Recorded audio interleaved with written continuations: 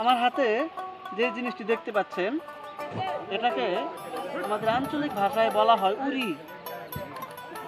এটা দিয়ে প্রাচীনকালে জমিতে পানি সেচ দেওয়া হতো।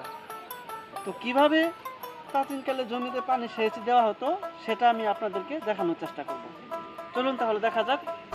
মূলত সেচ দেওয়ার এই যন্ত্রটির নাম দোলনা সেচনী, যাকে আঞ্চলিক ভাষায় বলা হয় উরি। আমরা মূলত এসেছি ধানের বীজতলা তৈরি করতে, কিন্তু আমাদের আঞ্চলিক ভাষায় এই ধানের চারাকে বলা হয় জালা, এবং ধানের বীজ যেই জমিতে ফেলা হয় ওটাকে বলা হয় জালার পাট বা জালার চট।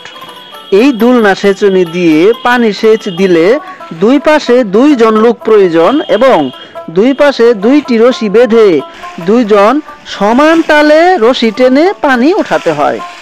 তাল না মিললে পানি তোলা কখনোই সম্ভব নয়।